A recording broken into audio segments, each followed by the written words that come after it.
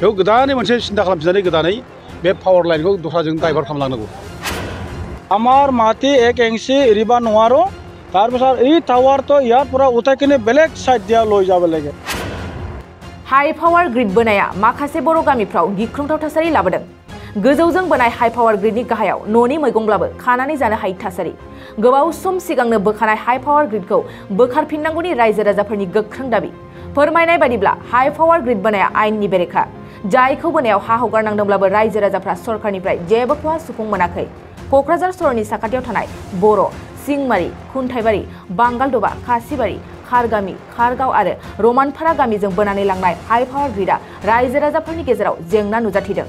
जाय जेंनाखौ रायजो राजाफ्रा 30 बोसोर सिगांनिफ्रायनो भुगिबोनांदों बेबादि पावार ग्रिड बोजानाय जायगानि सुबुंफ्रा गोबां बेमार आजारावबो गोग्लैबोनांदों रायजोफोरनि बादिब्ला हाखौ फाननो नाजाब्लाबो रावबो सुबुङा हाई पावार ग्रिड बोनायनि थाखायनो गिनानै हाखौ बाया बेखौनो भुगिनांनाय रायजो राजाफ्रा ज' जानानै सरकारनिसिम गावसिनि थासारिखौ फोरमायो आरो हाई पावार ग्रिड बोनायखौ गुबुन जायगाजों लांनो थाखाय खावलायो बे जेंनाखौनो लानानै बड'लेण्ड जनजाति सुरक्षा मन्चनि आफादगिरि दावराव देख्रेबाबो रायजो राजाफोरनिसिम खौरां लायो आरो जेंनाफोरखौ सुस्रांनो थाखाय बिटिसिनि प्रिन्सिपाल सेक्रेटारि नरेन चन्द्र बसुमतारीजों लोगोसे क'क्राझार जिल्ला खुंथायनि एडिसि सार्कल अफिसार आरो पावार ग्रिडनि अफिसारफोराबो नुजाथिनानै सावरायलायो खारगावनि रायजो राजाफ्रा बेयाव ज' जादों बेयाव दिनै बिटिसि सेक्रेटारि फैदों ओमफ्राय क'क्राझार जिल्लानि लोगो बेंगिरि एडिसि बे फैदों ओमफ्राय सार्कल अफिसार फैदों ओमफ्राय लोगोसे बे सालाकाटि पावार ग्रिडनि माने मेनेजार फैदों ओमफ्राय डेपुटि मेनेजार फैदों दा जेसेबां रायजो राजा दं बिसोरनि अभियोगआ बेनो कमप्लेना जे बे जायगाजों जे हाई पावार टेनसन लांदों बे लांनाया जोबोद भुल जादों बेखौ 30 बोसोरनि सिगां लांदों आरो जेब्ला लाङो बेयाव खुनु रायजोजों रायलायाखै रायजोआ मिथियानो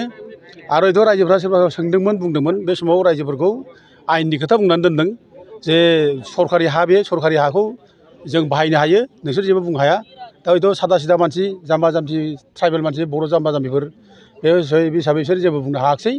ओंखायनो बिसोर बेखौ गोरलैयै लांबाय खुनु कम्पेनसेसन गरसेबो होआखै बिसोरो खुनु क्षतिपुरन जेबो होआखै दा बिसोरो बे 30 बोसोराव गोबां बिसोरो माने खस्थ'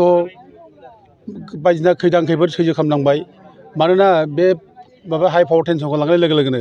बिनि गाहायाव खुनु आबाद जाया खुनु खामानि मावनो हाया माबा मोनसे मैगं दाइसे खाब्लानो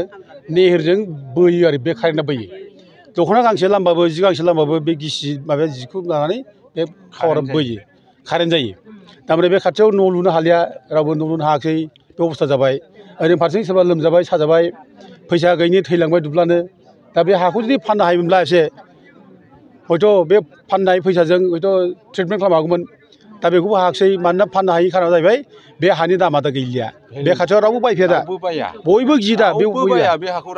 इभेन अखा हायोब्ला बे जायगायाव बे कारेन्ट माने लाइननि गाहायाव थानाय मानसिनि न'खराव राव फैया गिनानैनो फैया बेबायदि अबस्थासिम जाबाय आरोखि दा ओंखायनो दिनै बे एफा गिदिर प्रब्लेमाव जे रायजो राजाफ्रा बयबो एकमत खालामबाय जों बयबो बुंलायलायबाय जे गोदो मोनसे भुल खालामबाय सरकारा जे साना हौवा मावबाय जे आयेन बानायदों सरकारा गावसिनि सुबिदानि थाखाय आयेन बानायदों खिन्थु रायजोनि सुबिदानि थाखाय रायजोफ्रा जे उसुबिदा जादों बेखौ सिन्था खालामनानै आयेनखौ बानायनाय जायाखै बेखायनो दिनै बेखौ रिभिउ खालामफिननांगौ बेयाव गोदानै मोनसे सिन्था खालामफिननानै गोदानै बे पावार लाइनखौ दस्राजों डाइभार्ट खालामलांनांगौ जे जायगायाव मानसि थाया जे जायगायाव मानसिया खथि जाया बेखौ लांनांगौ होनना जों दिनै बयबो ज' जालायनानै रायलायबाय आरो जों बेखौ दिनै डिमान्ड खालामबाय आरो बेयाव खुनु कम्पेनसेसन बाथ्रा बुङाखै फैसा लुबैनायनि बाथ्रा बुङाखै जोंनो फैसा नाङा रावनोबो जोंनो बे लाइनखौ दस्राजों लांनांगौ बे दाबि दा दिनै मोनसे बाथ्रा बुंबावदों आरोबाव दिनै बे खारगाव गामिया क'क्राझारनिफ्राय 1 किल'मिटार जाया क'क्राझार टाउना बारायगासिनो दं आरो दिनै बे क'क्राझारा दिनै बिटिसिनि मोनसे नार्भ सेन्टार बिटिसिनि केपिटेल बियो दा बिटिसि केपिटेल जायगायाव नों 1 किल'मिटार जायगायाव जुदि न' मोनसे लुनो हायाब्ला बिल्डिं मोनसे जुदि लुनो हायाब्ला बेनि थाखाय जुदि जोंनो न' लुनो हायि जायोब्ला होमब्ला बोरै डेभेलप जानो फालाय बेथ' जानाय नङा दा फारसेथिं जोंहा माने 2003 आव जेनाखि बिटिसि एकर्ड जाबाय बे बिटिसि एकर्ड जानायनि उननिफ्राय जोंनि हा हुनि आयेना गासिबो बिटिसिनावसो फैजोब्बाय दा बेखायनो नोङो गोदो माने 2003 नि सिगां मा आयेन दंमोन बे आयेना दिनैनि दिनाव बे सोलिया जों गोदान आयेन बानायफिननांगौ बेखायनो 2003 नि बिटिसि एकर्डनि आयेन बादियै दिनै जोंनो बे हाखौ दिनै उद्धार खालामनांगौ आरो 2003 नि बिटिसि एकर्डनि आयेन बादिब्ला ट्राइबेलनि बे माने हाफ्रा उद्धार जानांगौ सेकिउर्ड जानांगौ आरो बे ट्राइबेल एरिया एडमिनिस्ट्रेसन बे बिटिसिआ ट्राइबेल एरियाफोरखौ लानानैसो सासन खालामनाय एरिया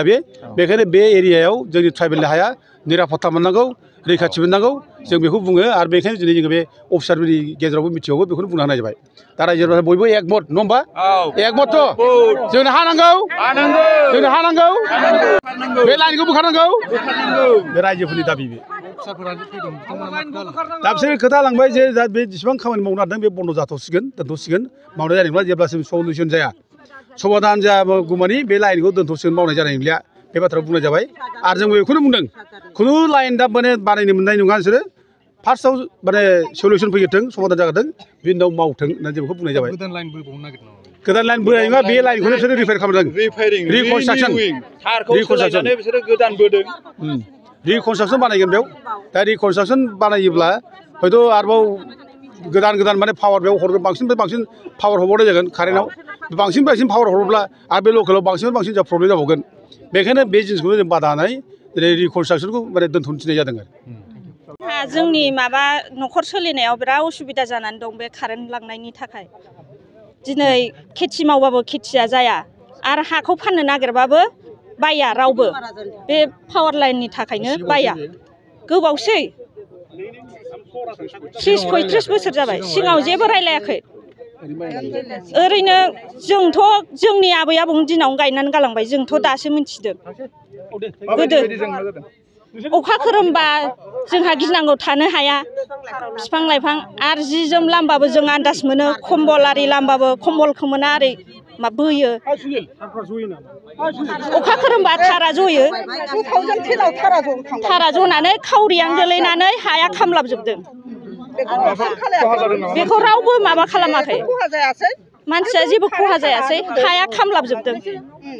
अर गोलैनानै हाया खामलाबजोबदों दा जों हाखौ जोंनि हाखौ खालि लुबैयो बे थानायनि थाखाय जोंहा टेनसन बे गैयाबा जोंहा टेनसन हा फाननो नागिरबाबो मोनला नालाय फिसायाथ' थैनानै थांबाय थानानै जानांगौ আমি তো ডিমান্ড করেছে মানে এই টাওয়ার গ্রেড যেটো এতিয়া চলি আছে এটা আমার মাটি মাজৰত দিয়া গৈ আছে এতিয়া কাৰোবাৰ 6 বিঘা মাটি আছে কাৰোবাৰ 5 বিঘা মাটি আছে আৰু কাৰোবাৰ ঘৰত ওপৰত দিয়া গৈ আছে এই নিজৰ আমাৰ মাটি হয় ইহঁতৰ টাওয়ার গ্ৰেডে কি কৰিছে জৰ অৱস্থি মানে ইহঁতৰ তাৰটো থানি কিনে মানে এক বিলু না হোৱাকে কৰি আছে আৰু কি এতিয়া আমি অজত কৰিছে তে এই টাৱাৰটো মানে বেলেগ ৰাস্তা দিয়া লৈ যায় কিনি মানে আমাৰ মাটিটো এৰি দিব লাগে তা ইহঁতৰ কি কয় ইয়াৰ মাটি বিলু নাই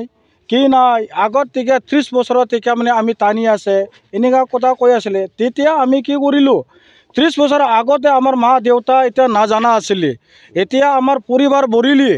এটাৰ মা বেটা মানে আমাৰ সব ভাগা কৰি ৰাখিলি এতিয়া আমাৰ মাটি মাজৰ আমি ঘৰ বনায়া থাকিব লাগে এতিয়া আমি মাটি বাৰীত নাই ইয়াৰ মাজৰ টাৱাৰ ভিতৰত আমি কেনেকুৱা মাটি না কাৰণে এইটো ঘৰটো বনাই কেনেকুৱা থাকিব এই প্ৰবলেমটো আমি অজত কৰি আছে ইহঁতৰ সমাধান কৰি দিব লাগে তাৰ পিছত আমি লাষ্টত এইটো কৈছে আৰু কি আমাৰ মাটি 1 ইঞ্চি এৰিব নোৱাৰো তাৰ পিছত এই টাৱাৰটো ইয়াৰ পৰা উঠাই কিনে বেলেগ সাইড দিয়া লৈ যাব লাগে বাস ইমান কি টাৱাৰৰ কাৰণে কি অসুবিধা হয় আপোনালোকৰ আমাৰ টাৱাৰ কাৰণে অসুবিধা হয় ইয়াতে মানে ঘৰ বান্ধিব নোৱাৰো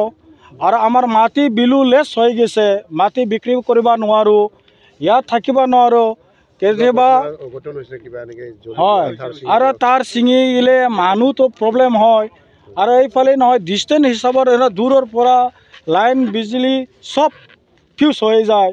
একো থাকিব নোৱাৰে আৰু এইটোই প্ৰব্লেম আৰু কিমান বছৰ ধৰি আপোনালোকে এনেকৈ আমাৰ অসুবিধা এনে 30-35 বছৰৰ আমি ভুগিভুক্ত হৈ আছে ইয়াতে এতিয়া আমি একো খোজা নাই ইহঁতৰ পৰা 30 বছৰৰ 35 বছৰ আমি ভুগিভুক্ত কৰি আছে এতিয়া তথাপিও আমি একো নালাগে আমাৰ উদ্ধাৰ কৰি দেহে আমি এইটোহে জনাইছে আৰু কি